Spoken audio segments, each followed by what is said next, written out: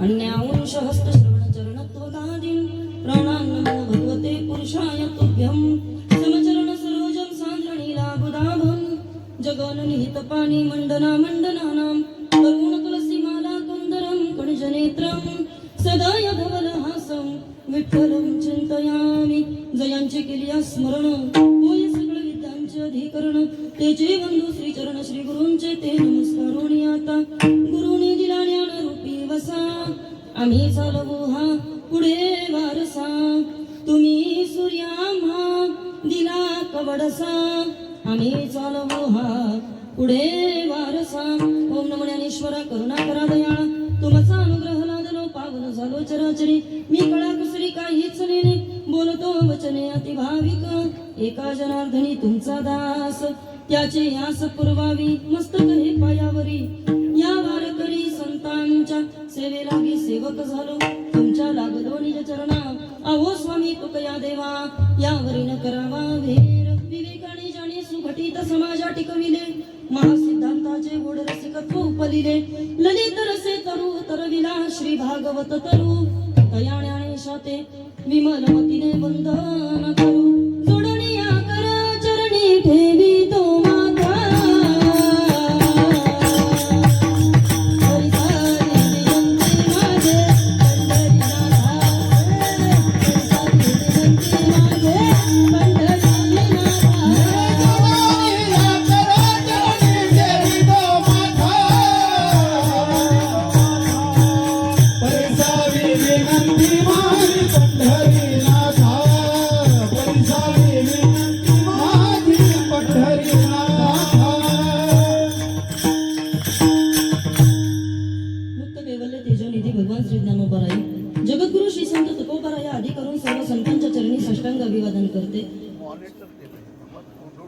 दिवसाचा चालणारा हा सोहळा या ठिकाणी संपन्न होत असताना ग्रामस्थ मंडळी संयोजक आयोजक नियोजक कार्यकारी मंडळ पंचकृषीतील कीर्तनकार प्रवचनकार गुणीजन गायक वादक सर्वांचे असणारे अथक परिश्रम ज्यांच्या विनंतीला मान देऊन या ठिकाणी येणं झालं उद्या खऱ्या अर्थानं ज्यांची काल्याची कीर्तन रूपी सेवा आहे आज तसं पाहिलं असतं तर बाबांनी किंवा दादांना येणं इथं काही आवश्यक नव्हतं पण केवळ आणि केवळ माझ्यावरती असणारं एक प्रेम त्यांनी खरं तर मला एक मुलगीच म्हणलं आणि तेव्हापासून आतापर्यंतचा चालणारा हा परिचय दादा असं नका नको भूषण हा पुरस्कृत प्राप्त असणारे आणि खऱ्या अर्थानं संत साहित्याचे गाडे अभ्यासक म्हणून ज्यांची एक आगळी वेगळी ओळख इतिहास भूगोल या प्रत्येक विषयावरती एक गाढा अभ्यास ज्यांनी स्वतःचा एक आगळा वेगळा विचार कीर्तनाच्या माध्यमातून महाराष्ट्रभर ज्यांनी या ठिकाणी खऱ्या अर्थानं पसरवला अनेक विद्यार्थी घडवण्याचं काम ज्यांच्या हातून होतंय असे असणारे गुरुवर्य हरिभक्त परायण रामदासजी महाराज पाटील की ज्यांच्या विनंतीला मान देऊन आज इथं येण्याचा योग आणि त्या निमित्तानं तुम्हा माईबापांचं दर्शन विठ्ठल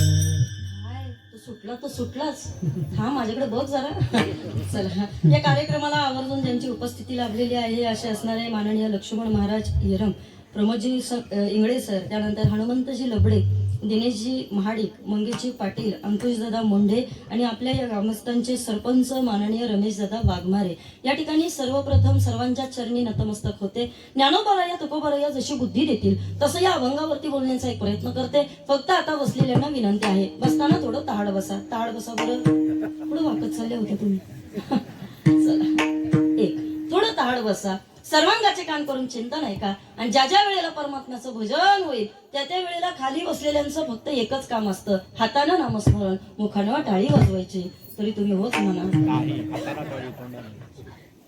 हातानं आणि मुखानं करे टाळी बोला मुखी नाम करे टाळी बोला मुखी नाम करे टाळी बोला मुखी नाम करे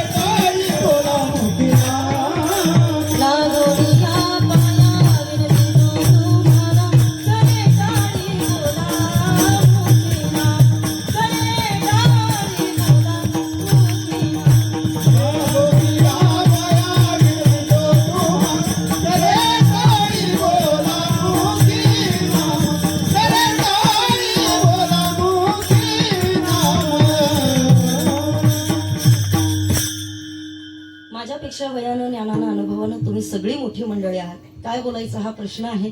आणि मी सांगेन तुम्हाला, पहा तसं पाहिलं तर ही फक्त एक सेवा माझ्या वाटेला आलेली आहे आणि म्हणून या ठिकाणी मला तुमच्याशी बोलायचं आहे. आता किती वाजलेत हे मला काही माहित नाही. किती वाजले? 10-20 झाले. चला, मला फक्त 40 मिनिटं बोलायचे दादा. हा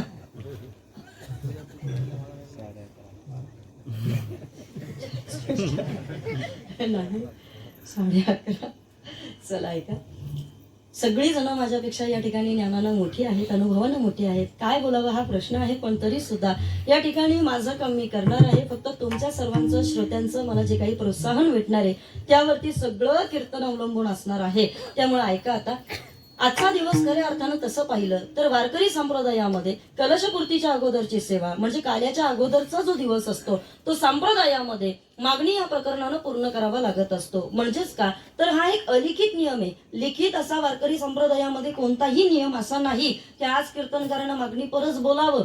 फक्त काही मोजके नियम आहेत का जे संप्रदायानं बाबा आपल्या भोवती लागून दिलेले आहेत. पहिल्या दिवशी नामपद, दुसऱ्या दिवशी संतपद, मध्ये उपदेशपद, त्यानंतर मध्यंतरीच्या कालखंडामध्ये कोणताही अभंग जो कीर्तनकाराचा पाठ असेल तो, आणि त्यानंतर काल्याच्या अगोदरच्या दिवशी मागणीपद आणि काल्याच्या दिवशी गवळणीपद असा एक अलिखित नियम संप्रदायानं आपापल्या मध्ये घालून दिलेला आहे. आणि त्या अनुषंगानं उद्या काल्याची कीर्तन रूपी सेवा असल्यामुळं आज घेतलेला अभंग मागणीपर प्रकरणात येईल.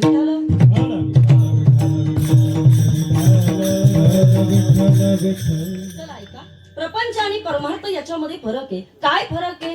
बसलेली लोक सगळे जण माझ्याकडे पहा, तुम्ही माझ्याशी बोलत चला. ऐका आता, इकडे बघा, तुम्हाला कसलं टेन्शन नाही ना? कोणाला तरी फोन पे वरती पैसे आले तर तेवढं सायलेंट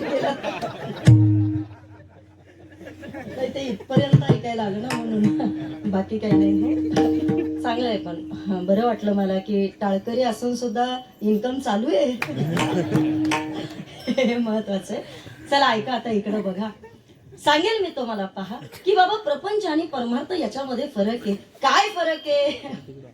ऐका ऐका ऐका, याविषयी सोडून चला पहा माझ्याकडं. प्रपंच आणि परमार्थ यात काय फरक आहे मी सांगेल. प्रपंचामध्ये बाबा कितीही करत राहिलो तरी प्रपंच कधी पूर्णत्वाला जात नाही. बरोबर आहे ना? काय मत आहे बसलेल्यांचं? बरोबर. प्रपंच कितीही केला तरी तो पूर्णत्वाला जात नाही. परमार्थाचं तसं नाही. सोपं उदाहरण देते, ऐका. मंदिर बांधकाम या ठिकाणी आपण सुरुवात केली, मंदिरावरती कळस चढला तरी आपण काय म्हणतो? मंदिराच्या बांधकामामध्ये काही शिल्लक राहिलं नाही. बरोबर आहे. मंदिराचं बांधकाम पूर्ण झालं कशावरून? जोरात बोला की जरा तुम्ही. कशावरून? कळसावरून. बरोबर ना? वारकरी बाबा, एकदा कळस चढला की मंदिराच्या बांधकामामध्ये काही शिल्लक राहिलं नाही. तसं उद्या काल्याचं कीर्तन झालं का परत कोणी मंदिराकडे यायचं? चला बोलेल मी तुमच्याशी. पहा, परमार्थ ही कशासाठी गोष्ट आहे तर यामध्ये फक्त कारण एकच आहे, ते म्हणजे बाबा अधोगतीच्या मार्गावरती चालणारा समाज या ठिकाणी कुठं ना कुठंतरी बुडत्याच्या मार्गावरती जाताना संतांना दिसला आणि मग यांचं हित कुठंतरी जोपासलं जावं. अधोगतीच्या मार्गावरती जाणारा हा समाज पुन्हा एकदा या ठिकाणी प्रगतीच्या पथावरती यावा आणि या अनुषंगानं का होईना पण स्वतःमध्ये बदल करून स्वतःचं मरणाच्या आधी उद्धार करून घ्यावा, याच्या करता कीर्तन. विठ्ठल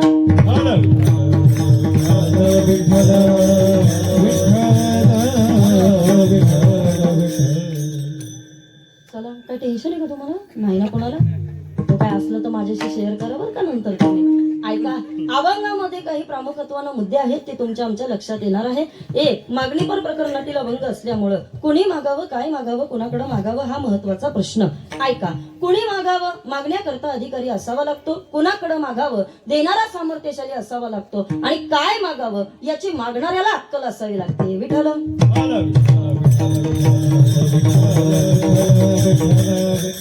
कोणी उठून देवाच्या दारामध्ये जातो बाबा, ठाकले से द्वारी उभा याचा कभिकारी, उभा याचा कभिकारी. कुणी उठून देवाच्या दारामध्ये जातं, चालत नाही दादा. देवाला मागणं हे या ठिकाणी अधिकारी असावा लागतो. कुणी मागावं, वारकऱ्यांची परंपरा जरा आपण पाहिली तर तुमच्या आमच्या लक्षात येईल. बाबा संतांना मागायचा अधिकार होता. काकड्यामध्ये तुम्ही आम्ही सगळी जण एक प्रमाण म्हणत असतो. कोणतं? चौयुगाचा भक्त नामा उभा कीर्तनी नामा उभा कीर्तनी पाठीमागे डोळे झाकून उभी ती जणी. बरोबर? ऐका, 4 युगाची भक्ती नामदेवरायांनी करावी. आणि मग ओ मावशी ऐकताय ना तुम्ही सगळ्या, ऐका, 4 युगाची भक्ती केलेले नामदेवराया देवाकडे मागण्याकरता अधिकार या ठिकाणी प्राप्त करून घेतात. पहिल्या युगामध्ये अंगद होऊन कार्य करावं, पुढे गेल्यानंतर प्रल्हाद होऊन कार्य करावं, त्यानंतर सुद्धा बाबा या ठिकाणी नामदेवरायांच्या वंशामध्ये का होईना पुन्हा एकदा तुकोबारायांचा अवतार. दुसरा तिसरा कोणाचा आहे का? जगद्गुरु तुका जगत चला तुम्ही अवतार नाम याचा.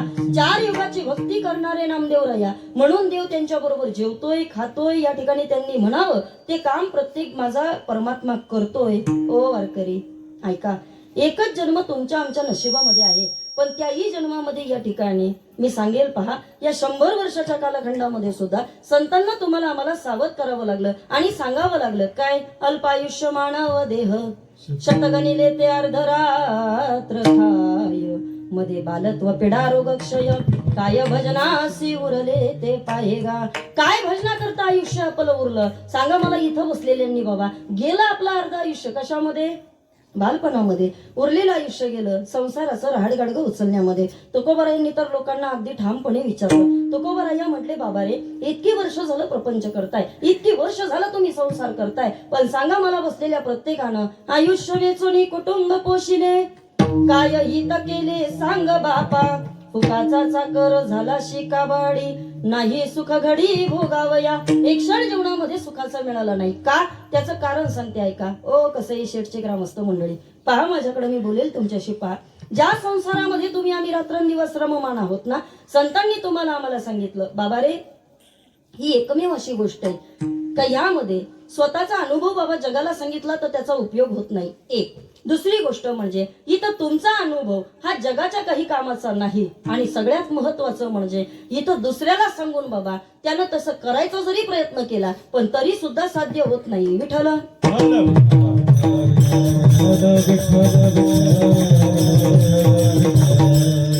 चला, एकानं बाबा या ठिकाणी तुम्हाला मार्केट कोणतं जवळ आहे इथं पटकन बोला. हा परळी. बरं ठीक आहे. ऐका, आपल्या गावातले एखाद्या गृहस्थानं कल्पना करा 10 गुंठे जागा परळीमध्ये घेतली. बस झाली का वाढवायची? कीर्तनात किती करता येते तुम्ही बोलत चला. फक्त कल्पना करा 10 गुंठे जागा आपल्या गावातल्या एखाद्या व्यक्तीनं परळीमध्ये घेतली. आता इथं बसलेल्यांनी सगळ्यांनी उत्तर द्या. ज्यानं 10 गुंठे जागा घेतली त्याच्या 10 गुंठ्याचा गावातल्यांना काही फायदा आहे का? बोलत नाही का तुमच्याकडे? हा काही फायदा आहे नाही ना. चला ऐका ऐका इकडे बघा. इथं स्वतःचा सांगितलेला अनुभव जगाच्या कामाचा नाही. कसा काय कामाचा नाही? ऐका आता इकडे बघा. मी सांगेल तुम्हाला. कल्पना करा गावातला एखादा प्रतिष्ठित व्यक्ती आणि त्या प्रतिष्ठित व्यक्तीचं आज घरामध्ये आपल्या पत्नी बरोबर भांडण झालं. त्या रागाच्या भरामध्ये वादविवादाचा प्रसंग इतका वाढत गेला की प्रसंग विकोपाला पोचला. आणि त्या रागाच्या तडाख्यामध्ये जर त्या प्रतिष्ठित व्यक्तीनं घरामध्ये आपल्या बायकोला, हे कळतं का तुम्हाला? नाही कळत? ओ वारकरी हे कळतं का? हा, आपल्या बायकोला त्यानं रागाच्या तडाख्यामध्ये एखादी कानाखाली दिली. सांगा मला इथं बसलेल्यांनी. आता हा झाला त्याचा अनुभव. पण दुसऱ्या दिवशी चौकामध्ये आल्यानंतर किती गावातली या ठिकाणी माणसं त्याला भेटायला आली, किती प्रतिष्ठित व्यक्ती असू द्या, पण तो याचा अनुभव त्या 4 चौकात सांगेल. आमच्याकडे एक म्हण आहे दादा, रवी दादा, झाकली मूठ. तुम्हाला पण माहितीये का? चला चला ऐका ऐका ऐका. मी सांगेल तुम्हाला त्याचा अनुभव जगाला सांगता येत नाही. अजून बोलू तुमच्याशी. ओ वारकरी बाबा, सांगितला जरी अनुभव पण तो दुसऱ्याच्या कामाचा असेलच याची कोणती गॅरंटी नाही. काय झालं, एकाच्या लग्नाला 6 वर्ष पूर्ण झाली आणि एकाच्या लग्नाला बाबा 6 महिने पूर्ण झाले. तुम्ही ऐकताय सगळे? ओ बोला की. ऐका ऐका. एकाच्या लग्नाला 6 वर्ष पूर्ण झाली, एकाच्या लग्नाला 6 महिने पूर्ण झाले. दोघही जण एकमेकांना भेटल्यानंतर 6 वर्ष ज्याच्या लग्नाला झाली होती त्यानं 6 महिने लग्न झालेल्या माणसाला विचारलं, सद्ग्रहस्था काय रे, कसं काय, बरं आहे ना, लग्न करून कसं वाटतंय? तुम्ही बोला की तुम्हाला कसं वाटतंय? ऐका ऐका ऐका. असं विचारल्याच्या नंतर ज्याच्या लग्नाला 6 महिने झाली होती त्यानं सांगायला सुरुवात केली. तो म्हटला, अरे काय सांगू बाबा, लग्नाच्या अगोदरचं चॅटिंग आणि आत्ताचं तिचं वागणं यात खूप मोठा फरक आहे. हे त्यानं क्लिअर केलं. तो म्हटला, अरे लग्नाच्या आधी ज्या वेळेला ती माझ्यासोबत चॅट करत होती खालीच बसले भागवत दादा. काय भागवत दादा कुठे? काय बसले का? टेन्शन आहे का काही? चला ऐका, इकडे पहा माझ्याकडे सगळेजण. ऐका, त्यानं सांगितलं अरे लग्नाच्या आधी ती जे बोलत होती, लग्नानंतर ती तसं काहीच वागली. हो बोला की, काहीच वागली नाही. बरं हे सगळं जाऊ दे, पण लग्न झाल्यापासून आजच्या या 6 महिन्यामध्ये तिच्या पसंतीच्या प्रत्येक गोष्टी करायच्या मी प्रयत्न करत होतो, पण एकही प्रयत्न माझा यशस्वी झाला नाही. कोणतीही गोष्ट मी करायला गेलो का ती माझ्यावरती खेकसते, रागावते, बडबड करते, काही ना काहीतरी ती करत बसते. आपल्याला वाटत नाही बाबा आपलं काही खरं होईल म्हणून. हे कळलं का तुम्हाला? हा, तो म्हणा आपल्याला काही वाटत नाही बाबा आपलं हे काय गाडं पुढं जाईल म्हणून. अरे पण मग आता करायचं काय? ऐका इकडं बघा, ज्याच्या लग्नाला 6 महिने झालं त्यानं ही उत्तर दिलं आणि शेवटी बोलता बोलता तो एक वाक्य जरा जोरात बोलला.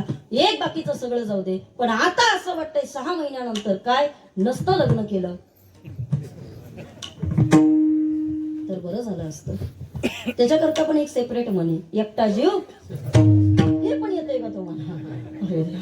ऐका ऐका ऐका, त्यानं असं सांगितल्याच्या नंतर ह्याला असं वाटलं अरे माझ्या लग्नाला 6 महिने झाले, पण 6 महिन्यामध्ये आपलं असं आहे. यानं विचार केला 6 वर्ष हा हिला कसा सांभाळत असेल.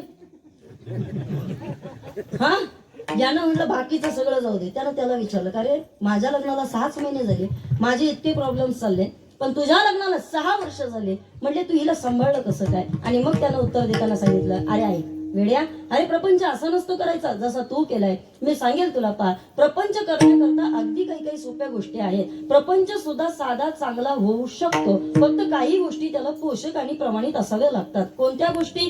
या लिहून ऐका. सानंदम सदनम सुताश सुदयू कांता मृदुभासिनी सन्मित्रम सुदनो स्वयोषिती साज्ञा परासवका अतिथ्यम शिव पूजिनम प्रतिदिनम मिष्टान्न पानम ग्रहे साधू संग उपासते हि सदनम धन्य ग्रहस्थाश्रम. ऐका, प्रपंच चांगला होण्याकरता सुद्धा अनेक पर्याय आहेत, पण त्यातला एक पर्याय मी निवडला. कोणता माहितीये का? मी एकच गोष्ट केली. कोणती? मी माझ्या बायकोला लग्न झाल्यापासून कधी उलट बोललो नाही. याच्यापेक्षा आणखीन पुढे त्यानं सांगितलं, म्हटलं तुला जर वाटत असेल ना का तुझं लग्न पुढे जावं, हे कळलं का तुम्हाला? तर एक कर, काय कर? मी केलं ते तू कर. अरे पण तू काय केलं? काही नाही म्हटलं, फक्त रोज उठायचं. काय तुला नाही आवडलं ना तू बाहेर जाऊन भजी खा. सच शिकलं बाहेरच.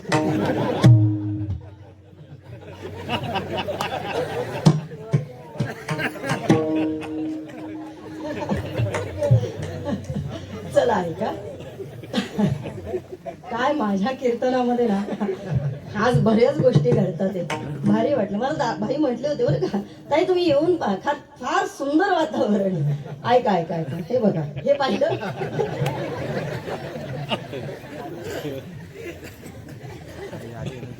काहीतरी करा.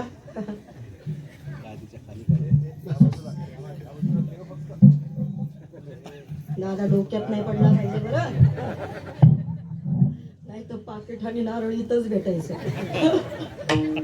चला ऐका, आता इकडे बघा. यानं सांगितलं अरे काही नाही, चांगले चांगले. ऐका, तुला आवडत नसेल तर बाहेर जाऊन इथंच होतो ना. हा ऐका, आता इकडे बघा.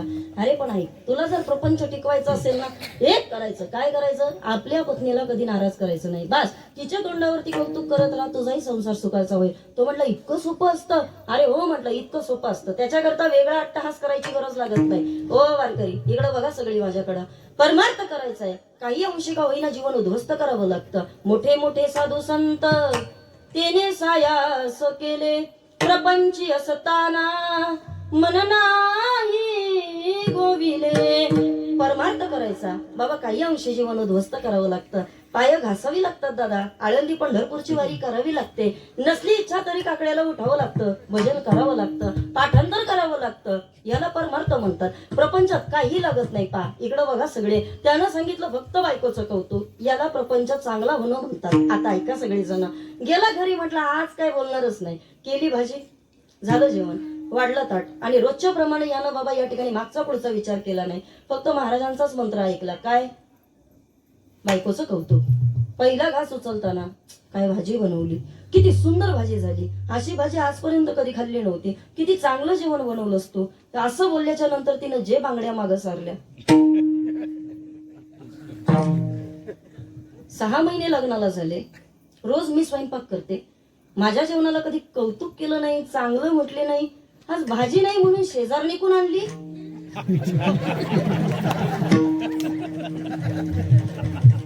म्हणजे तुम्हाला कळलंच नव्हते. ऐका, 6 वर्षाचा याचा अनुभव आणि 6 महिन्याचा याचा अनुभव, यानं सांगितलेला अनुभव याच्या फायद्याचा आहे का?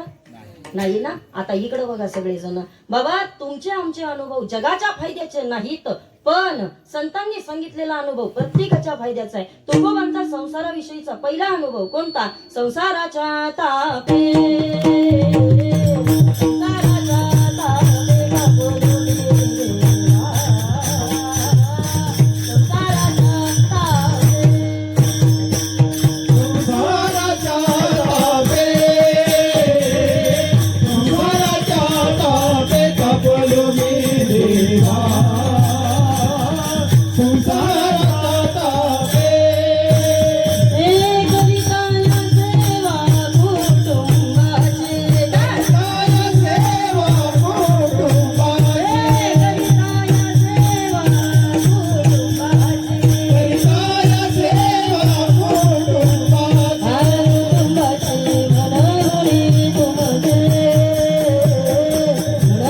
मनोनी तुमचे, मनोनी तुमचे आठवले काय, मनोनी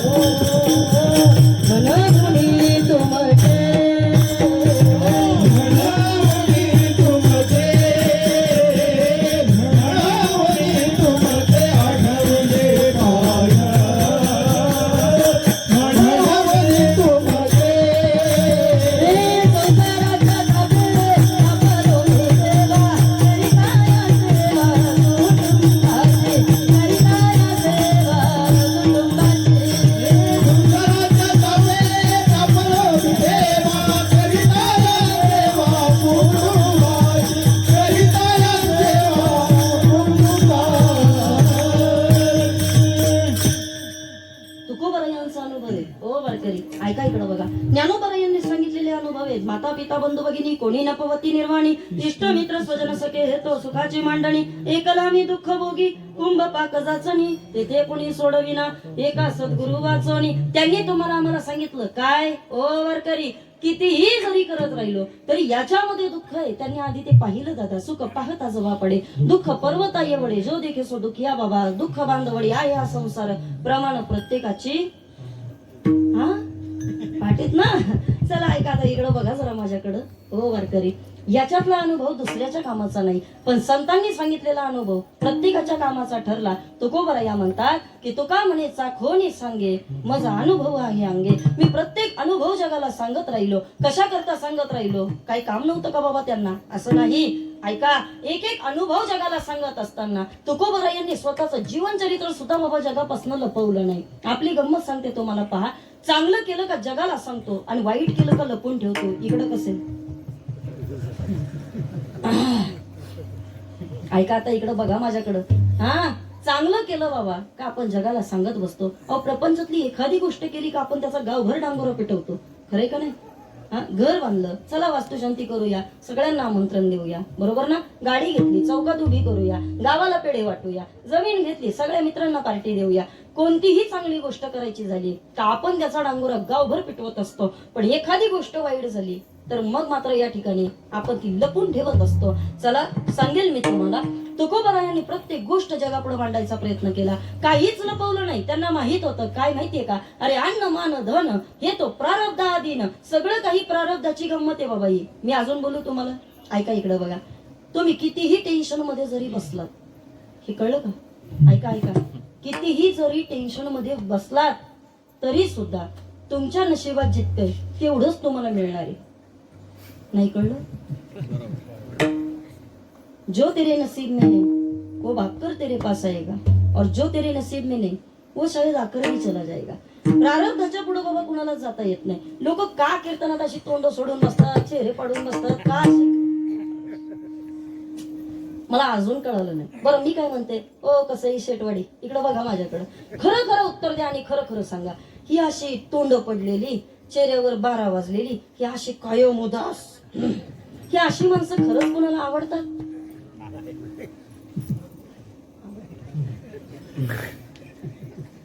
एक जरा खरं बोलू का, आज महाराज समोर आहेत म्हणून जरा डेअरिंगच करते, जाऊ ते काय व्हायचं. सांगतेच मी तुम्हाला, ऐका.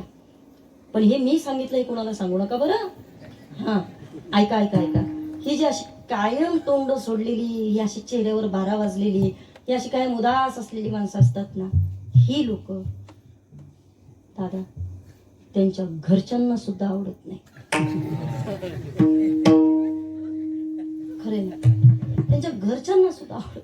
आता सांगा मला इथं बसल्याने काय होणार आहे बाबा, हे विनाकारण असं टेन्शन देणं, हे करणं काही होत नाही. ऐका इकडे बघा सगळ्यांना, नशीब फार सोपं आहे. अजून सांगू, तुम्हाला तुमच्या भविष्याची चिंता असेल ना, माझं कसं होणार, माझं पुढं काय होणार, कसं काय काय काय काय काय ऐका ऐका ऐका इकडे सांगते मी तुम्हाला. मी आता इथं बसल्या बसल्या ना, ते शेवटचे ते दादा उभे आहेत का, हा मी तिथपर्यंत सगळ्यांचं नशीब सांगू शकते. सगळ्यांचं भविष्य मला माहिती आहे. बोलू का, सांगू का? हो बोला की पटकन सांगा. मागचे पुढचे वाले सांगू का?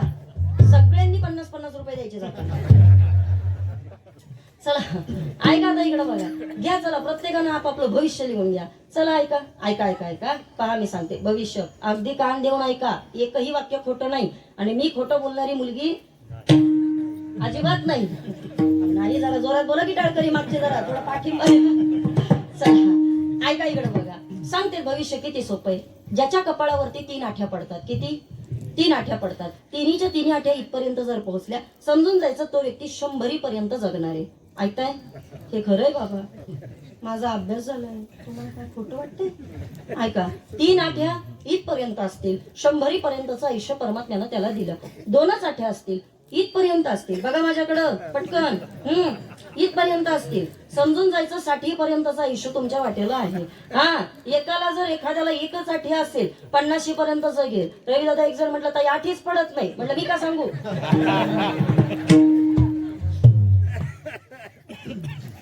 भविष्य घ्या लिहून आता पटकन. चला ऐका इकडे बघा, महिला वर्ग तुमच्या सर्वांचा डावा हात, पुरुष वर्ग उजवा हात. हा ऐका आता, पहा सगळ्यांनी माझ्याकडं. महिला वर्ग पटापट, पुरुष वर्ग सगळ्यांनी चेक करा. मध्यंतरीच्या बोटाच्या इथनं एक खाली अशी सरळ रेष जाते, ऐकताय? हा ही सरळ रेष अशी मधल्या बोटापर्यंत पोहोचली. ही अशी मधल्या बोटापर्यंत सरळ पोहोचली, बघून घ्या अजून. हा समजून जायचं, मरेपर्यंत आपल्याला पैशाचं काही टेन्शन नाही.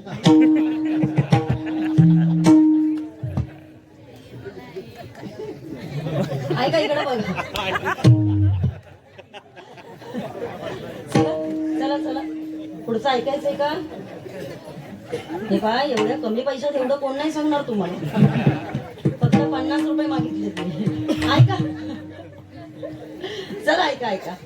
महिला वर्ग हात असा करायचा, पुरुष वर्ग हात असा करायचा. असा हात केल्याच्या नंतर हे बघा, इथे एक अशी आठवडी पडते का?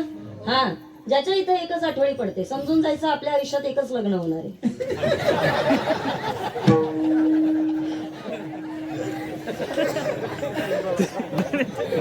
त्यांचे 2 हा ऐका, एक जण म्हणलं रवी दादा, म्हणलं 2 आहे, म्हणलं मी काय करू, थोडं मला सांभाळायचंय बाबा. चला ऐका. हा ऐका ऐका, करंगळीच्या शेजारी इथं अशा गाडव्या रेणी दिसतात. हा ऐका, ज्याची पहिली लाईन ही अत्यंत मोठी असेल, लांब असेल, ठळक असेल, समजून जायचं पहिले संतान तुम्हाला मुलगा होणार आहे. त्यानंतरची लाईन जर या ठिकाणी पुन्हा एकदा तुम्हाला जर तिथे असेल, समजून जायचं तुम्हाला कन्या रत्न प्राप्त होणार आहे. हा ऐकताय ना तुम्ही सगळी जण, बरोबर ना? हो बाकीचं जाऊ द्या. 25-30 लोकांनी पाहिलं ठीक आहे, 40 लोक पण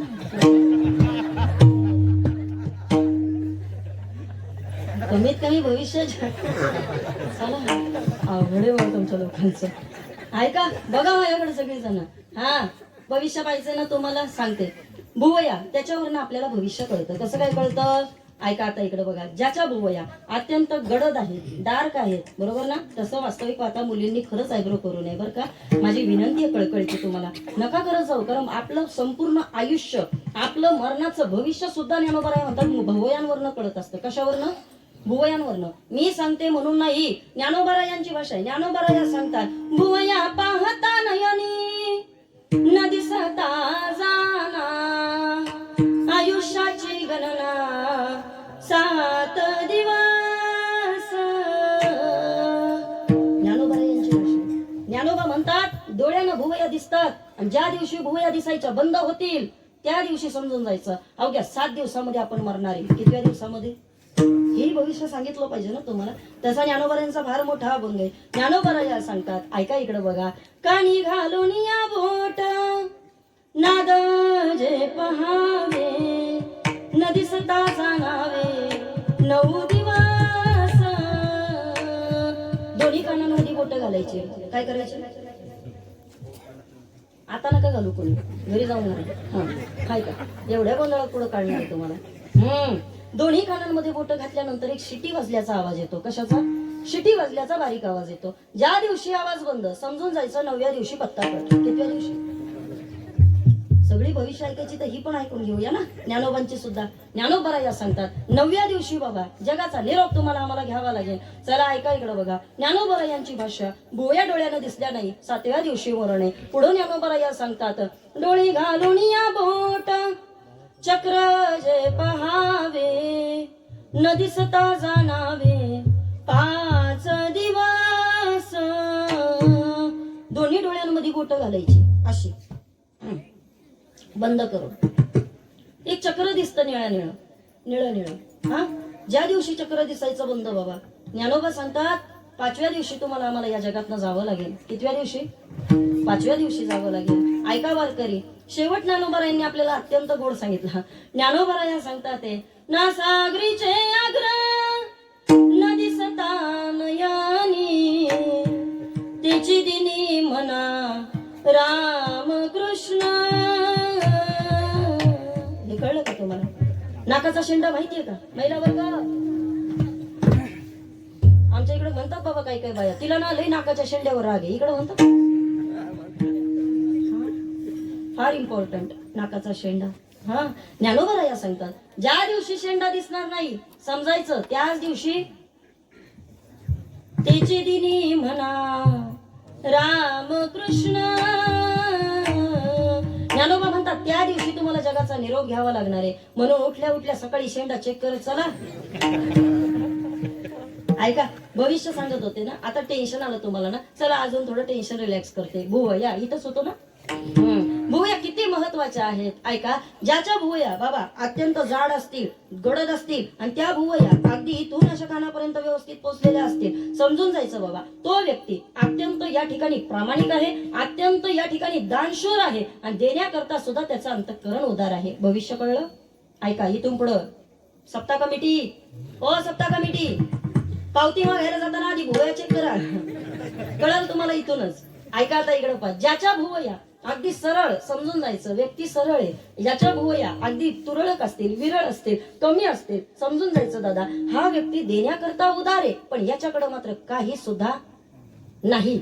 अजून बोलेल मी तुमच्याशी. ऐका, ज्याच्या भुवया अशा त्रिकोणाकृती असतात. हे कळलं तुम्हाला?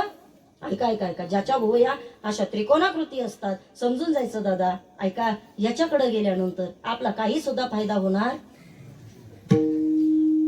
तुम्हाला माझा राग येईल दादा, पण हे खरंय बरं.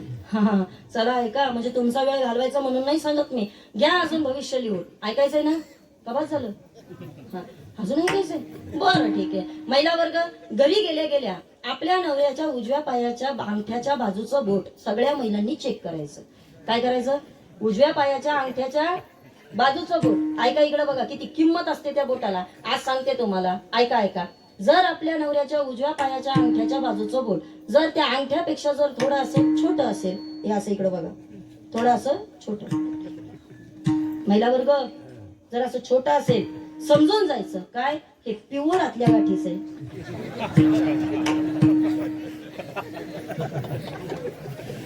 दादा हे खरं आहे, तुम्ही हसताय पण हेच खरं. हा ऐका,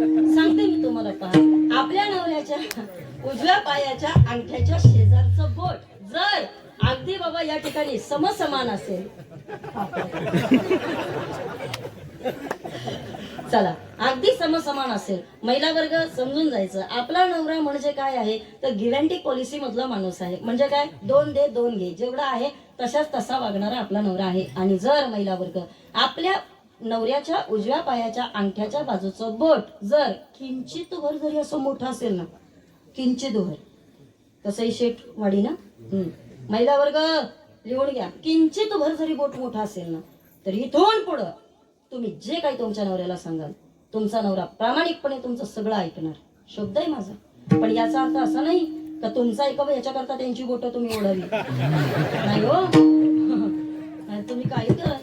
पण आता इकडं बघा, झालं माझं भविष्य सांगून तुम्हाला. पण आता एक खरं सांगू का तुम्हाला, वारकरी संप्रदायामध्ये एक प्रमाण आहे, कर्मे राम वनवासा गेला, कर्म दशरथ वियोगे मेला, कर्मे रावण क्षयो पावला, वियोग घडला सीता देवी. 22 जानेवारीला आपण केलेला रामलल्लाचं विराजमान झालेला हा सोहळा अख्ख्या संपूर्ण महाराष्ट्रभर, भारतभर सर्वांनी साजरा केला. मला वाटत नाही दादा का त्या वेळेला महाराष्ट्रामध्ये असं एकही गाव होतं का जिथं रामरायाचा हा उत्सव साजरा झाला नाही. होतं का असं एक तरी गाव? अजिबात नाही. प्रत्येकानं तो उत्सव साजरा केला. पण मला काय म्हणायचंय ओ वारकरी बाबा, कोणी म्हणायचं रामाला 13 वर्षाचा 14 वर्षाचा वनवास आहे, बरोबर आहे ना. 14 वर्षाचा वनवास रामानं भोगला. पण मी सांगेल तुम्हाला, मला असं वाटतं तब्बल 500 वर्ष बाबा रामानं वनवास भोगला. का? ऐका, इथून मागच्या पिढ्यांना कधी तुम्ही विचारलं ना अयोध्येला गेलेले का, ते काय म्हणायचे माहिती का, गेलो होतो अयोध्येला, कुठे हो आमचा राम, काही नाही म्हणे, आहे का पत्र्याच्या घरामध्ये, बरोबर आहे ना. पण ऐका, भाग्य आहे बाबा आपलं. काय इथून पुढच्या पिढ्या जेव्हा आपल्याला विचारतील ना, का होत आहे तुम्ही तुमच्या रामाला पाहिलं का, तुम्ही अयोध्येला कधी गेला होतात का, कमीत कमी आपण इतकं सांगू शकतो की पत्र्यातला राम आम्ही गादीवरती बसेपर्यंत पाहिलं, महालामध्ये जाईपर्यंत भाग्य आहे तुमचं आमचं. मी बोलेल तुम्हाला, पहा दादा, पण त्याही रामरायाला 14 वर्षाचा वनवास, 500 वर्षाचा वनवास भोगावाच लागला. चला मी सांगेल, विश्वाचा मालक आहे बाबा, पण तरी सुद्धा कर्म चुकलं नाही. ऐका, अखिल कोट विश्वाचा मालक आणि त्याचा असणारा पिता, पण तरी सुद्धा ऐकताय ना तुम्ही सगळी जण, कर्म चुकलं नाही दादा. शेवटच्या क्षणाला राम राम करत जावं लागलं. मी अजून थोडं सोप्या भाषेत बोलते, ऐका. राम तर देव आहे बाबा, देव आहे ना. म्हणजे तुमच्या भाषेत सांगायचं झालं तर देव असून सुद्धा कर्म चुकलं नाही. बोला पटकन, देवाला कर्म चुकलं नाही. आणि दशरथ रामाचा कोण आहे?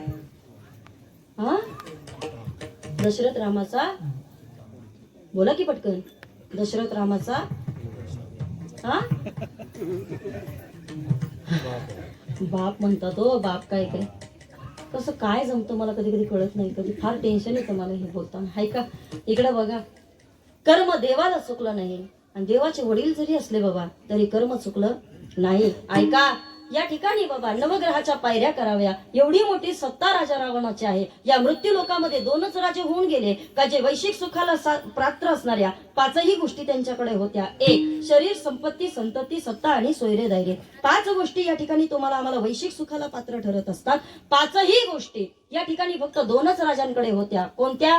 ऐका, 1 म्हणजे राजा जडभरत आणि 2 तो म्हणजे राजा रावण. कसं काय? घ्या लिहून, ऐका. इकडं बघा, राजा रावणाकडे 5ही गोष्टी होत्या. आपल्याला या ठिकाणी गाथा वर्णन करताना सांगते, शरीर रावणाचं इतकं होतं का 14 चौकडी या लंकानाथा, हे शरीर आहे. संपत्ती म्हणाल तर कोटी घरे जेथे, काशानी तांब्याची, शुद्ध कांचनांची 7 कोडी, हे एवढी मोठी संपत्ती आहे. संतती म्हणाल तर 80,000 बायका, 1 लाख मुलं, 1.25 लाख नातू, बरोबर. संतती सुद्धा तितके. सत्ता म्हणाल तर नवग्रहाच्या पायऱ्या.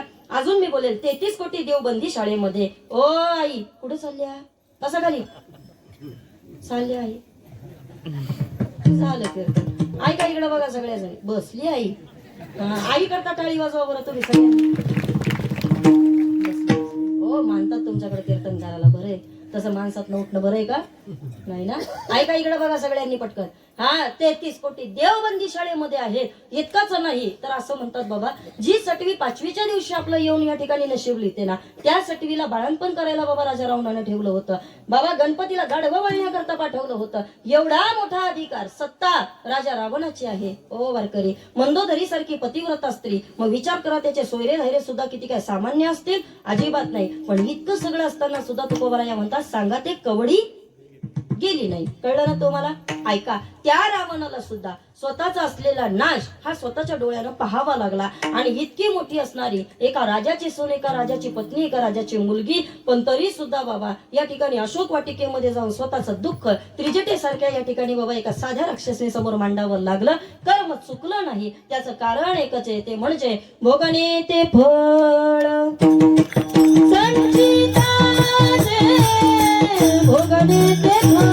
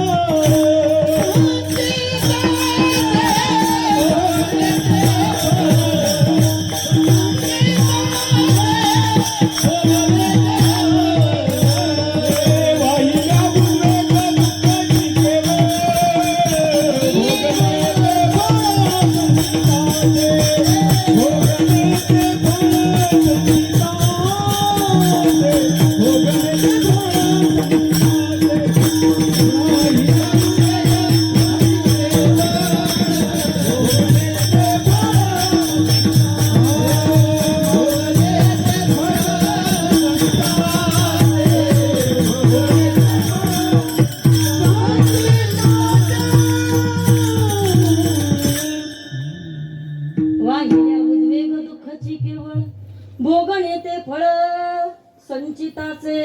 ओ महिला वर्ग, ऐका इकडे बघा, कर्म चुकणार नाही हे तुम्हाला आम्हाला मान्य करावं लागेल. अजून बोलू मी तुमच्याशी.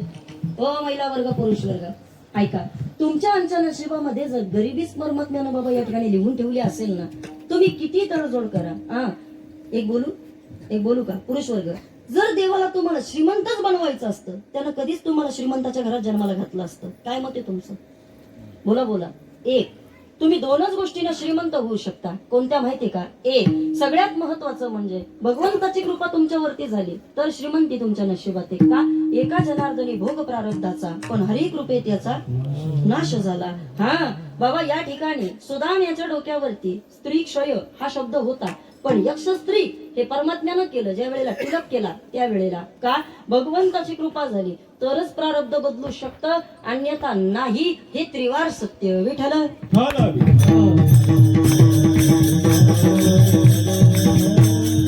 मग आता इकडे बघा सगळेजण, हे सगळं मी तुम्हाला याच्याकरता सांगितलं की जर प्रारब्धाच्या पलीकडे जर देवाकडनं आपल्याला काही भेटत नसेल तर मग मला काय म्हणायचंय? ऐका ओ सगळे वारकरी, आपण देवाकडे जाऊन मागतो तरी काय हो? आपण प्रारब्धाच्याच गोष्टी मागतो ना. एका मजल्याच्या 2 मजले होऊ दे, बरोबर ना? हा, मुलगा नसेल तर देवा मुलगा होऊ दे. याच्यापेक्षा पुढे आपण देवाकडे काही मागत नाही. काहीच नाही तर कमीत कमी देवा सुखी ठेव बरं. देवा आहे ते तसंच ठेव, एवढं तरी म्हणतो ना. हा, हे सोपं आहे दादा. इकडे बघा सगळेजण, हे सगळं आपण मागतो. काय? वाढावे संतान, गृही व्हावे धनधान्य. परमात्म्याकडे जाऊन बाबा तुम्ही आम्ही सगळी जण संसाराच्या गप्पा मागतो. पण मी एक बोलू का? ऐका इकडे बघा, आपण जे मागतो देव ते देऊ शकत नाही, आणि देव जे देतो ते आपण देवाकडे मागत नाही. विठ्ठल. मी पहा, ऐका इकडे बघा, तो जे देऊ शकतो ते आपण सगळी जण बाबा त्याच्याकडे मागत नाही. तो काय देतो हो? सांगू मी तुम्हाला. बाबा या ठिकाणी तो तुम्हाला आम्हाला आनंद देतो. कोणता आनंद देतो? सर्व सुख ल्यालो, सर्व अलंकार, आनंदे निर्भर डुलत असो, हा आनंद परमात्मा देतो. पण इथं बसलेल्यांनी मला सांगा, आपण तो आनंद कधी देवाकडे मागतो का? बोला की पटकन. तो आनंद देवाकडे मागत नाही आपण. हा, आणि प्रपंचातल्या गोष्टी परमात्मा देऊ शकत नाही. मी अजून सांगेल तुम्हाला, पहा बाबा, प्रपंचातल्या गोष्टी देव काय देणार हो आपल्याला? त्याला त्याचा संसार व्यवस्थित करता आला का? खरं सांगा, बोला बोला. तुम्ही सगळ्या देवांची यादी काढा आणि मग सगळ्या वारकऱ्यांनी मला सांगा, ताई अमुक अमुक देवाचं सगळं काही व्यवस्थित होतं. सांगा एकाच तरी देवाचं असं तुम्ही नाव घेऊन सांगा मला की ताई या देवाचं व्यवस्थित होतं. अजिबात नाही. मी बोलेल तुमच्याशी, पा देवांना बाबा या ठिकाणी त्यांच्या प्रपंचातल्या सुद्धा तडजोडी सहन कराव्या लागल्या. त्यांना त्यांच्या प्रपंचामध्ये सुद्धा बऱ्याच ठिकाणी कॉम्प्रोमाइज करावं लागलं. त्यांना आहे ती गोष्ट एक्सेप्ट करावी लागली. पण ऐका, ते काय देऊ शकतात हे मी तुम्हाला सांगते. ऐका, the God has given so many things to us. तुम्हाला इंग्लिश कळतं का?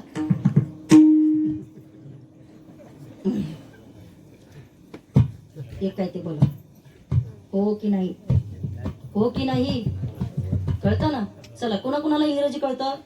बोटावर करा, बोटावर करा. की इंग्लिश कळत नाही? काय कर की बोटावर मग. बरं ठीक आहे, हाय का इकडं बघा, सोपं इंग्लिश बोलते, माझ्या भाषेत बोलते, म्हणजे तुम्हाला कळलं. हा, ऐका, the God has given so many things to us but we forgot our God. How? I will explain. इकडे पहा माझ्याकडे सगळेजण. I will give you an example. How? ऐका, if you wants to change your heart you have to pay at least 20 lakh rupees to the hospital. If you wants to change your kidney you have to pay at least 10 lakh rupees to the hospital. If you wants to change your eyes you have to pay at least 5 lakh rupees to the hospital. कळलं ना तुम्हाला? हे बरं कळलं.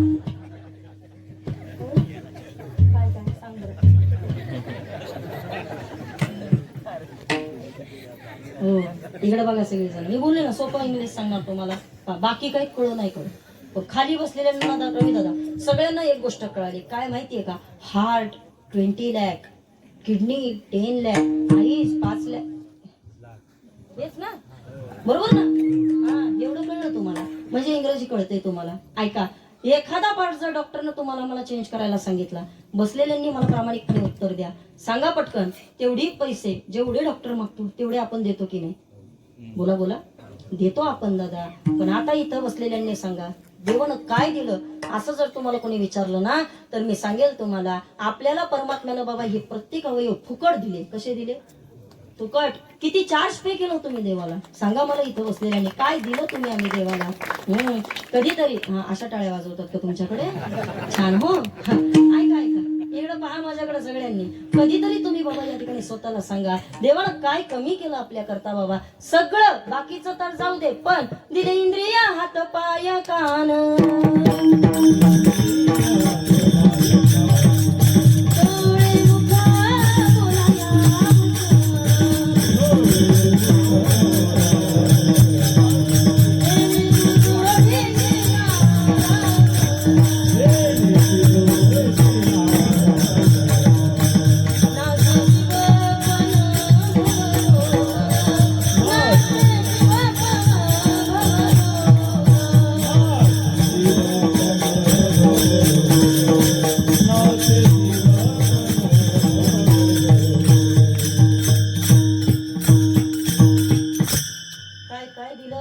घ्या यादी लिहून बाबा. दिले इंद्रिय, हात पाय कान. कशा करता हात पाय कान? ओ महिला वर्ग, ऐका, जवळ हे सगळं सिद्ध आहे. हात चालावया पाहे, तर तू आपले स्वहित पाहे. तीर्थयात्रे जाय चुकू नको. हात पाय कान कशा करता? हस्तो पवित्रो यदि दान पुण्यम, पागो पवित्रो यदि तीर्थयात्रा, कंठो पवित्रो यदि नाम घोषम, हृदयो पवित्रो यदि ब्रह्मनिष्ठा. कशा करता दिलं? ऐका आता, हाताचं काम, वाहे रंगी टाळी, नाचे न उदास, डोळ्याचं काम आहे, डोळे भरून या. पाहिन तुझे मुख, कान भरून या. ऐकेन तुझी कीर्ती. ऐका हो वारकरी, प्रत्येक अवयवाला काम नेमून दिलं. याच्या करता दिलं. कशा करता? का तर तुम्हाला आम्हाला त्याची किंमत कळावी त्याच्या करता. पण एक बोलू का तुमच्याशी? कित्येक माणसं आहेत बाबा अशी का जी या ठिकाणी ह्या गोष्टींना जाणत नाही. संतांनी जाणलं, वेळोवेळी सावध केलं. आयुष्य जात आहे पहा, काळ जपत असे महा, स्वहिताचा घोर वहा, ज्ञानी राहा श्रीहरीच्या, उठा जागे वारे आता, स्मरण करा पंढरी नाथा, भावे चरणी ठेवा माता, चुकवा व्यथा जन्माच्या. कशा करता? तर एका गोष्टी करता या व्यथा आपल्याला चुकवायच्या आहेत का, तर आयुष्याचं सार्थक करायचंय. याचं देही याचं डोळा, भोगो मुक्तीचा सोहळा. बाबा परत परत जन्माला यायचं नाही, मरायचं नाही. संतांना कळून चुकलं आणि मग संतांनी सांगितलं, देवा प्रपंचातली गोष्ट देऊ नको. का? कारण पैसा दिला तर लोकांना बाबा तो पुरत नाही. इकडे कसे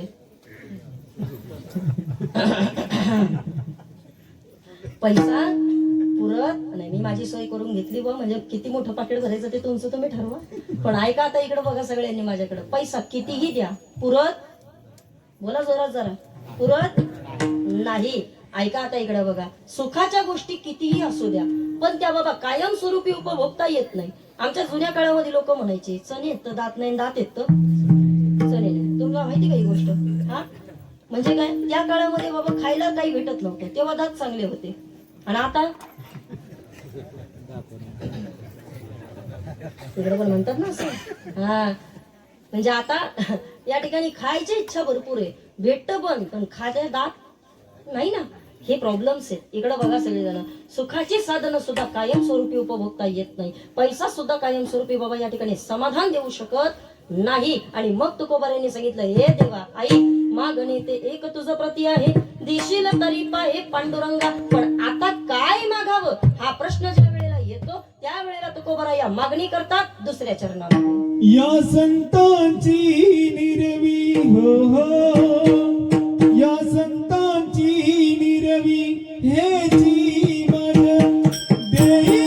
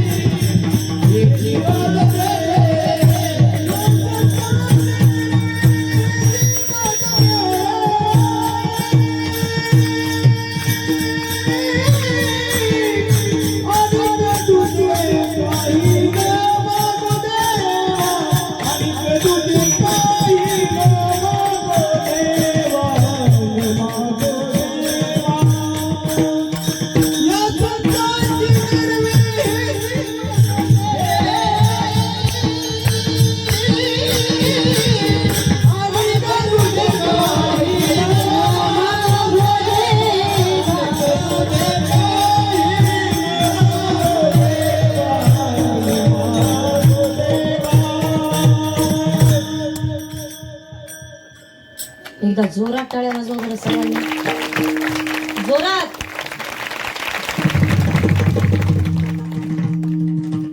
चला, मी टाळ्या याच्याकरता सांगितल्या होत्या, ऐका इकडे बघा. रवी दादा, एका परदेशामधल्या कलाकाराची, गायकाची एकदा मुलाखत घेण्यात आली होती परदेशामध्ये. आणि ती मुलाखत घेत असताना त्या मुलाखत घेणाऱ्या व्यक्तीनं म्हणजे पत्रकारानं त्याला असं विचारलं, म्हटलं का हो, तुमच्या आयुष्यामध्ये असा एखादा क्षण आहे का की ज्या वेळेला तुम्हाला खूप आनंद होतो, आणि असा एखादा क्षण आहे का ज्या वेळेला तुम्हाला खूप दुःख होतं? त्यावेळेला त्यांनी उत्तर देताना असं सांगितलं होतं, ऐका ओ कसंही शेटवाडी, माझ्याकडे पहा सगळी जण, हा ऐका इकडे बघा. आता हे उत्तर महत्वाचं आहे, मी बरोबर घेते का तुमच्या गावाचं नाव? कसंही शेत वाडी. वाडी काय पुढे शेत, कसंही शेतवाडी. कसंही शेत आहे की वाडी? शेतवाडी. शेतवाडी इकडे, कसंही इकडे, कसंही शेतवाडी. आम्ही बरोबर बोलते ना. ऐका इकडे बघा सगळे जण, हा कसंही शेत. ट झालं का ट ट ट काही असेल ते तुम्ही समजून घ्या बरं. हा, जर मी पुढच्या वर्षी आले तर माझ्या चांगलं लक्षात आले तर. ऐका आता इकडे बघा माझ्याकडे सगळेजण. त्या गायकानं उत्तर देताना असं सांगितलं मुलाखतीमध्ये, तो असं म्हटलं, हो प्रत्येक गायकाच्या जीवनामध्ये असे 2 क्षण असतात. एक, पहिल्या क्षणामध्ये तो एक क्षण असा असतो त्याच्या जीवनामध्ये जेव्हा तो खूप आनंदी असतो, आणि दुसरा एक क्षण असतो जेव्हा तो खूप दुःखी असतो. विचारलं उत्तर द्या आणि आम्हाला सांगा. तेव्हा उत्तर देताना त्या गायकानं असं सांगितलं, आयुष्यातला सगळ्यात आनंदाचा क्षण कोणता माहितीये का?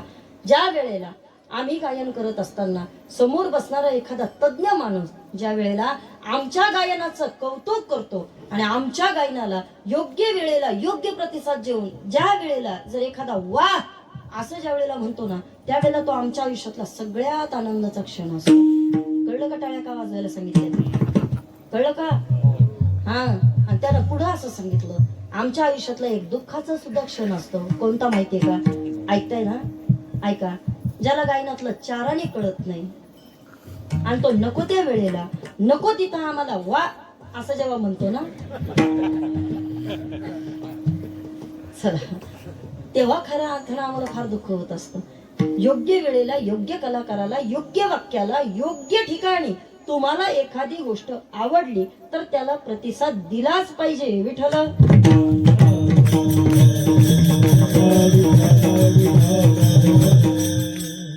पहिलं प्रमाण मी अजिबात गाळलेलं नाही, पण मला पहिल्या प्रमाणावरती आज बोलायचं नाही. आता ऐका. मागणे ते एक तुझं प्रती आहे, देशील तरी पाहे पांडुरंगा. अभंगाचा अर्थ सोपाय बाबा. याच्यामध्ये मुळात मागणी केली नाही, देवाला सांगितलं तुला देता आलं तर पहा, म्हणून तो अभंग किंवा त्या प्रमाणापर्यंत मला आता जायचं नाही. पण मागणी पुढे आहे, म्हणून अभंगातल्या 2ऱ्या चरणामध्ये महाराज सांगतात, या संतासी निरवी हेची मज दे आणि का तुझे काही न मागो देवा. हे देवा तुला देता आलं तर इतकं दे. काय दे? या संतांचं निवारण करण्याचं काम तू कर. बाकी याच्यापेक्षा दुसरी माझी कोणतीही मागणी नाही. आता इकडं बघा सगळेजण, तुकोबाराय या बाबा संत आहे, पण तरी सुद्धा तुकोबाराय या संतांचं निवारण करण्याची भूमिका का अभंगामध्ये मांडतात? तर याच्या मागचं कारण 4 कोटी जाता जाता सगळ्या वारकऱ्यांनी घेऊन जा. ऐका इकडं बघा. साधकाला त्याच्या जीवनामध्ये संतांची गरज आहे, म्हणून तुकोबाराय या संतांचं निवारण करायला सांगतात. संतांना संतांची गरज आहे, म्हणून तुकोबाराय या संतांचं निवारण करायला सांगतात. देवाला सुद्धा संतांची गरज आहे, म्हणून तुकोबाराय या संतांचं निवारण करायला सांगतात. आणि या सगळ्याला जोडणारं एक भक्तिमय साधन आहे, त्या भक्ताला सुद्धा संतांचीच गरज आहे, म्हणून तुकोबाराय या संतांचं निवारण करायला सांगतात. विठ्ठल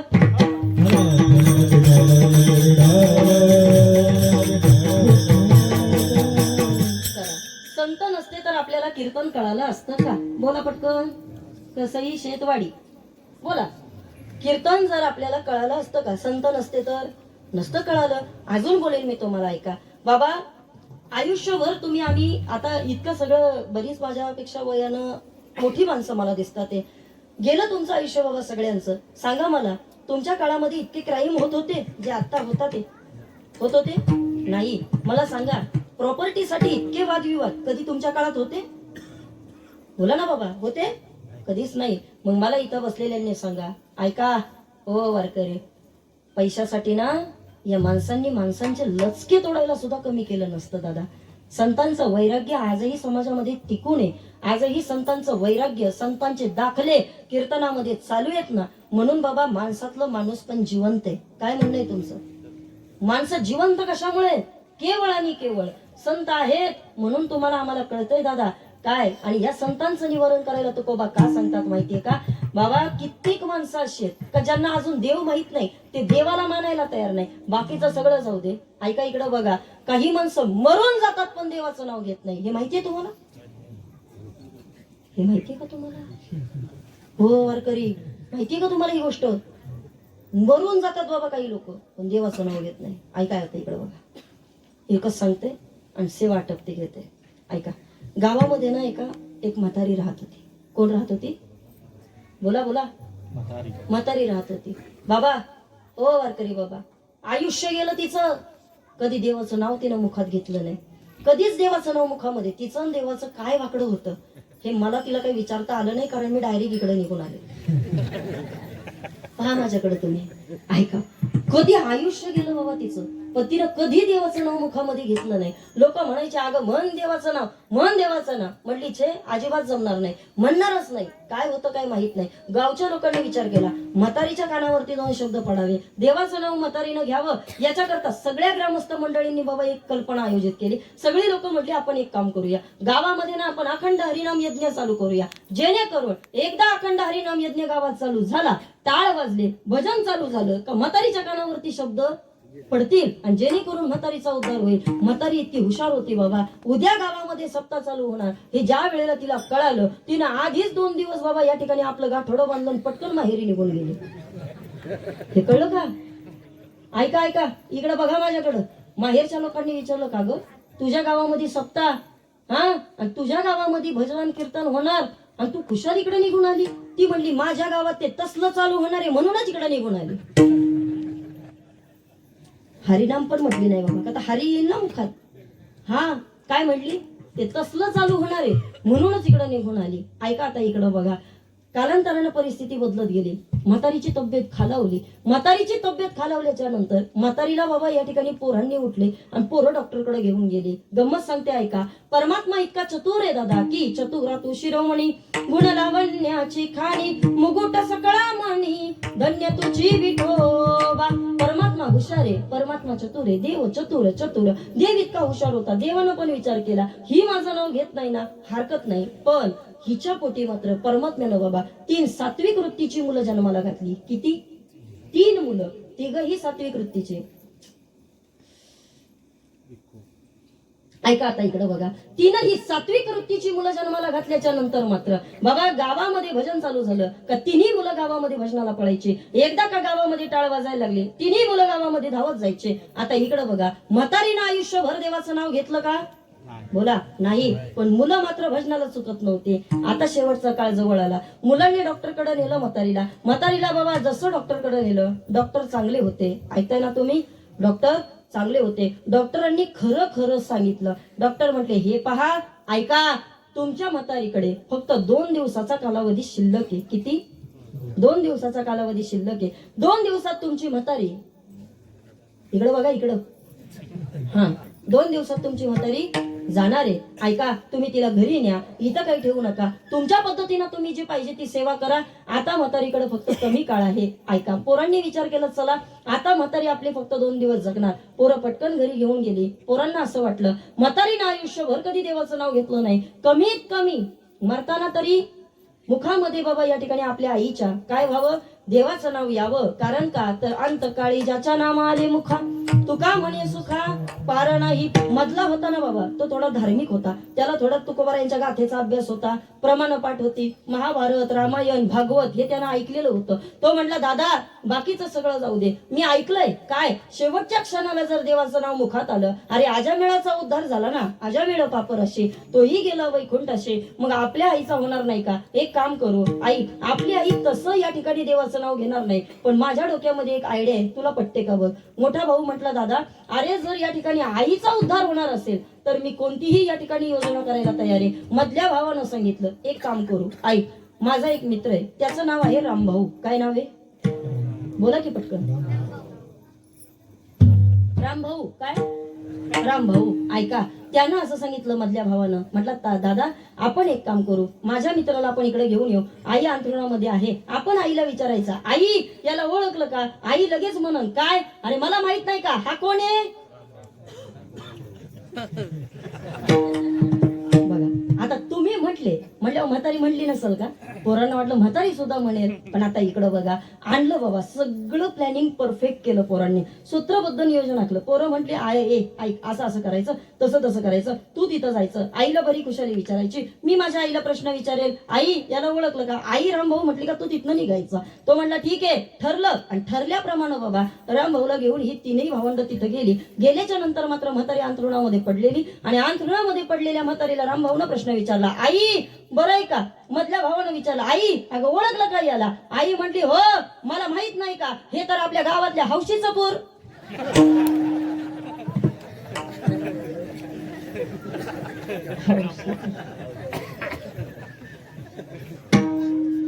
यांना काय वाटलं, काय म्हणेल? म्हातारी काय म्हटली? हौशीचं पोर. Plan fail. इकडे बघा माझ्याकडं. पोरं म्हटली बाकीचं सगळं जाऊ दे, 11:30 वाजले तरी चालतील, पण आईच्या तोंडातनं म्हणून घ्यायचं.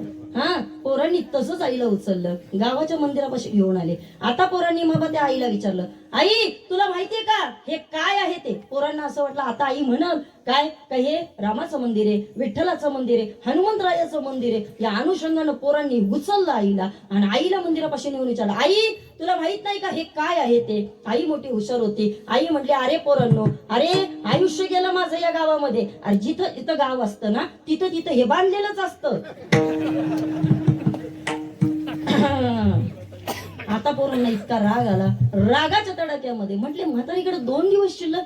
म्हातारी देवाचं नाव घेत नाही, तसंच रागारागामध्ये आतमध्ये नेलं, मूर्तीपाशी नेऊन मग मात्र या ठिकाणी पोरांनी विचारलं, आई बाकीचं सगळं जाऊ दे, ही मूर्ती हे काय हे तरी तुला माहितीये का? आणि मग मात्र आईनं बाबा उत्तर दिलं. आई म्हटली काय? अरे पोरांनो, मला माहित नाही का, जिथं जिथं गाव असतं तिथं तिथं हे बांधलेलंच असतं, आणि जिथं जिथं हे बांधलेलं असतं तिथं तिथं हे मांडलेलंच असतं.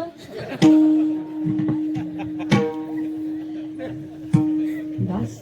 पोरं म्हटली आईचं काही खरं दिसत नाही. आणि मला काय म्हणायचंय, ही अशी नाव घेत नाही, मग हिला जिवंत ठेवून काय उपयोग आहे का? हा, ऐका, 11:15 झाले ना. हा ऐका, गेली म्हातारी बाबा. म्हातारी गेल्याच्या नंतर मात्र सगळी जण रडत होती, पण मोठ्या भावाला शोक आवरेना. मोठा भाऊ म्हटला बाकीचं सगळं जाऊ दे, पण माझी इच्छा होती काय, आईने एकदा तरी राम म्हणावं, आईचा उद्धार तरी व्हावा. बाकीचं सगळं जाऊ दे, पण परत परत जन्माला यावं लागतं, 84 लाख योनीच्या फेरीमध्ये अडकावं लागतं, आणि म्हणून आपण आईला राम म्हणायला सांगत होतो. तर आई मात्र या ठिकाणी मेली पण राम म्हटली नाही. आता काय करायचं? मोठा मुलगा त्याच्याकरता शोक व्यक्त करत होता, मधला होता तो हुशार होता बाबा. मधला म्हटला, दादा रडू नको, तुझं रडणं मला कळालं. आई तुला वाटतं ना म्हातारीचा उद्धार व्हावा, अरे पण आता काय होणार आहे? आता तर तो म्हणला काळजी करू नको. आई मी भागवत ऐकलंय, भागवतामध्ये पहिल्या स्कंदामध्ये डायरेक्ट लिहिलेलं आहे, किती जरी पाप असू दे, किती जरी काही असलं, पण तरी सुद्धा गोकर्णाचा आख्यायिका मी ऐकलेली आहे, आणि धुंदुकारीचं इतकं पाप असताना सुद्धा भागवताच्या पहिल्या स्कंदामध्ये या ठिकाणी त्याचा उद्धार झालेला आहे. त्यामुळे आपल्या आईचा सुद्धा उद्धार होऊ शकतो. कसा काय? आणि मग मात्र डोळे पुसत बाबा या ठिकाणी मधल्या भावानं थोरल्या भावाला सांगितलं, म्हटलं दादा मी असं ऐकलेलं आहे काय, की जर या ठिकाणी तू जर आईच्या अस्थी घेऊन जर तू काशीला गेला, गंगेमध्ये आईच्या अस्थी जर तू विसर्जित केल्या, तर मग मात्र आपल्या आईचा उद्धार होईल. मोठ्या भावाला आनंद झाला. भाऊ म्हटला, दादा अरे इतका चांगला मार्ग सांगितला, दे पटकन त्या अस्थी आणून. आणि मग मात्र मधला भाऊ पळत पळत आतमध्ये गेला, पितळाचा मोठा डबा घेतला. इकडं बघा, इकडं बघा, पितळाचा मोठा डबा घेतला, त्याच्यामध्ये अस्थी भरल्या, आणि मग आपल्या थोरल्या भावाच्या हातामध्ये दिल्या. जा आईला सुखरूप घेऊन जा, काशीमध्ये गंगेमध्ये विसर्जित करा. असं म्हटल्याच्या नंतर बाबा थोरला भाऊ बाबा निघाला. पण जुन्या काळामध्ये गाडीची सोय नाही, वाहनाची सोय नाही, आणि त्याचा परिणाम मजल दरमजल करत करत या गावातून त्या गावात जावं लागायचं. रोज रात्री मुक्काम, परत पुढचा प्रवास, असं करत करत बाबा हो वारकरी बाबा, काशी 2 गाव पुढे राहिलं. किती? 2 गाव. म्हणजे 2 गावं सोडली की परवा काशी येणार. आणि तेवढ्यामध्ये एक मित्र त्याला भेटला. तो म्हणला, अरे इतक्या दिवसानं माझ्या घरी तू आलाय, एक काम कर, चल आजचा मुक्काम तू माझ्याच कडं कर. असं म्हटल्याच्या नंतर तो म्हटला, हरकत नाही, कुठेतरी रात्र काढायची, तुझ्या घरी काढूया. आणि मग मात्र ही दोघही जण गेली. घरी गेल्याच्या नंतर त्यानं पत्नीला सांगितलं, आई माझा जवळचा मित्र आलाय, एक काम कर, पंचपक्वान्नाचं त्याला ताट कर, चांगलं जेवण त्याच्याकरता बनव. पत्नी हुशार, पत्नीनं चांगलं जेवण बनवलं, सगळं काही केलं. पण आता ऐका, यानं सांगितलं, म्हटलं अरे एवढ्या दिवसानं माझ्या गावामध्ये आलाय, कमीत कमी कसंही शेतवाडी कसं आहे हे तरी तुला पाहायला पाहिजे ना.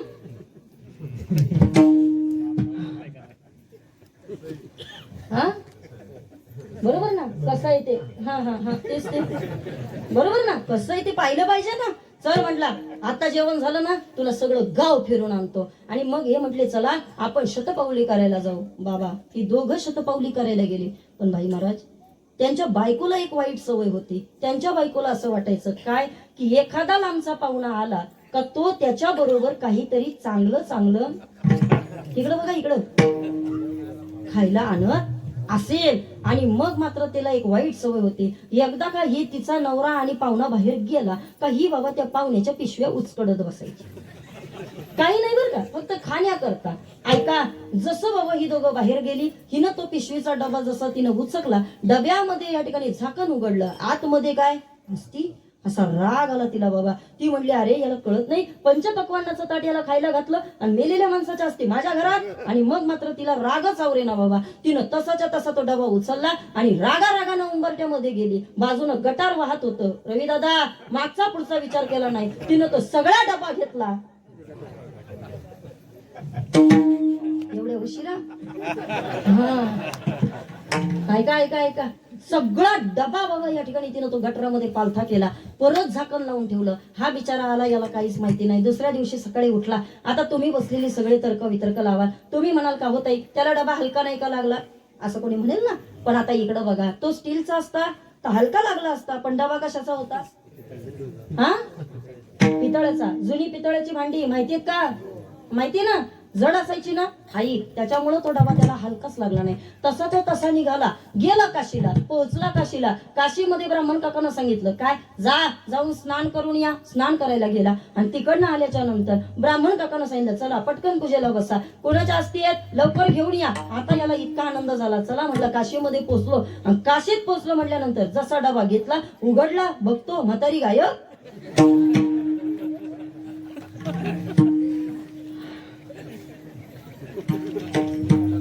इतका अपसेट झाला बिचारा. तसाच्या तसा घरी निघून आला. भावाला म्हटलं दादा अरे तू एवढं प्रेमानं सांगितलं मी ऐकलं पण अरे असं असं घडलं रे. म्हणे म्हातारी कुठे निघून गेली काही कळलंच नाही रे. मी शेवटपर्यंत शोधत होतो काशीला जाईपर्यंत पण नाही रे दादा. हा पण तिथं गेलो आणि म्हातारी गायब झाली. मधला भाऊ तिथंही हुशार होता. मधला भाऊ म्हटला दादा मला माहितीये ऐक देवाचं नाव इतक्या सहसा कुणाच्या मुखात येत नाही. तू काळजी करू नको. मला माहित होतं म्हातारी मेली तरी देवाचं नाव घेणार नाही. त्याच्याकरता मी अगोदरच एक डोकं लावले. कोणतं माहितीये का म्हातारीचे एक असते मी अगोदरच तिचा बारीक भुगा केलाय आणि एका डब्बीमध्ये भरून ठेवल्यात. एक काम कर ऐक जरी तिच्या सगळ्या हस्ती गेल्या असल्या पण एवढी हस्ती माझ्याकडे शिल्लक आहे. मोठा भाऊ म्हटला परत डोळे पुसले. दादा बरं झालं सुटलो बाबा एकदाचा. आता म्हातारीला नीट नेतो बर का दे पटकन. तो म्हटला माझा तुझ्यावर आता विश्वासच राहिला नाही. काय म्हटला आता तुझ्यावरती विश्वास राहिला नाही. पण आता एक करायचं काय सहकुटुंब सहपरिवार काशीला जायचं. म्हातारीला तिथं विसर्जित करायचं आणि सगळ्यांनी घरी यायचं. ओ कसंही शेतवाडी इकडं बघा. हा सगळी जण बाबा निघाले. आता बाबा धाकट्या भावाचं नवीनच लग्न झालेलं 6 महिने लग्नाला झालेले. तिघं निघाली. तिघांच्या जोड्या निघाल्या. सगळी जण निघाली. कशाला बोला की पटकन काशीला. पण कशा करता हा ऐका मधल्या भावाच्या डब्यामध्ये दादा ती डबी ऐकताय ना तुम्ही ती डबी. मधला भाऊ काहीच करत नव्हता. सकाळी उठला का पहिली डबी चेक करायची आहे. चला दुपारी जेवण झालं का पहिल्या डबीला हात लावायचा आहे. चला असं करता करता काशीमध्ये बाबा सगळी जण पोहोचले. आणि काशीत पोहोचल्याच्या नंतर बरे पोहोचले ना 11:30 पोहोचले ना.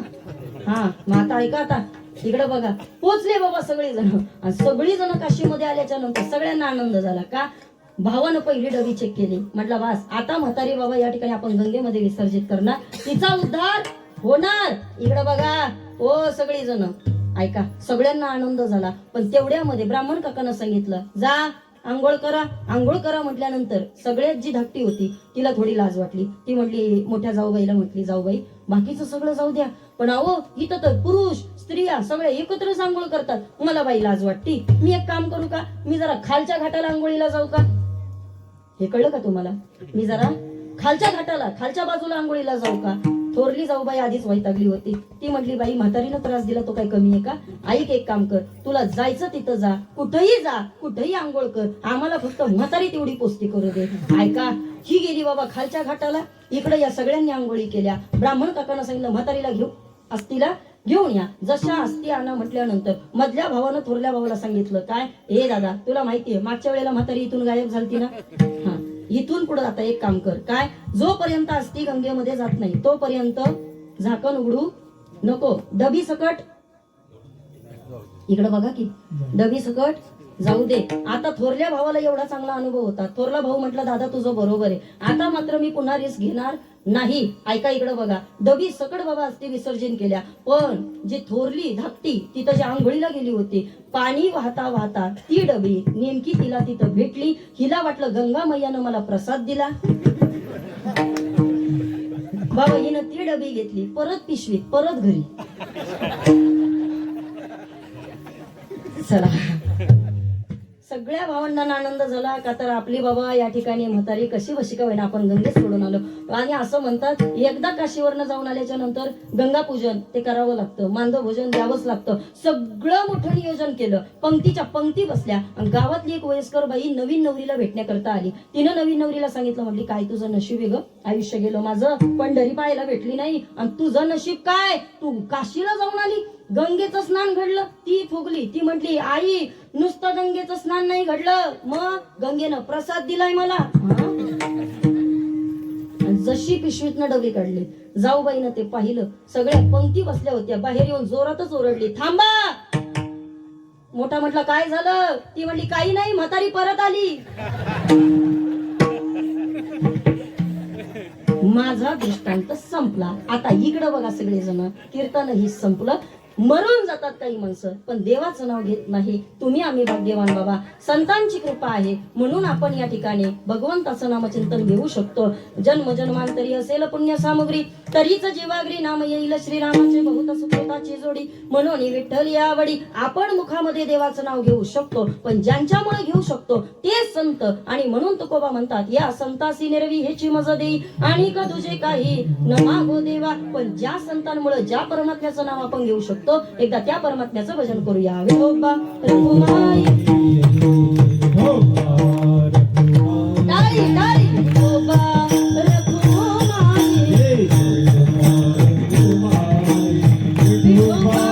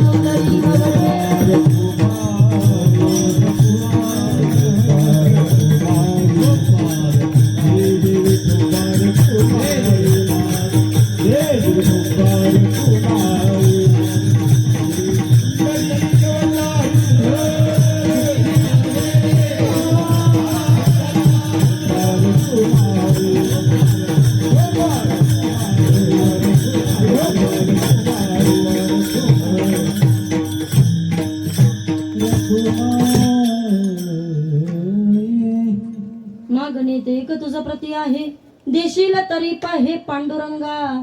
या संतासी निरवी हेची मज देई आणि तुझे काही न मागो देवा.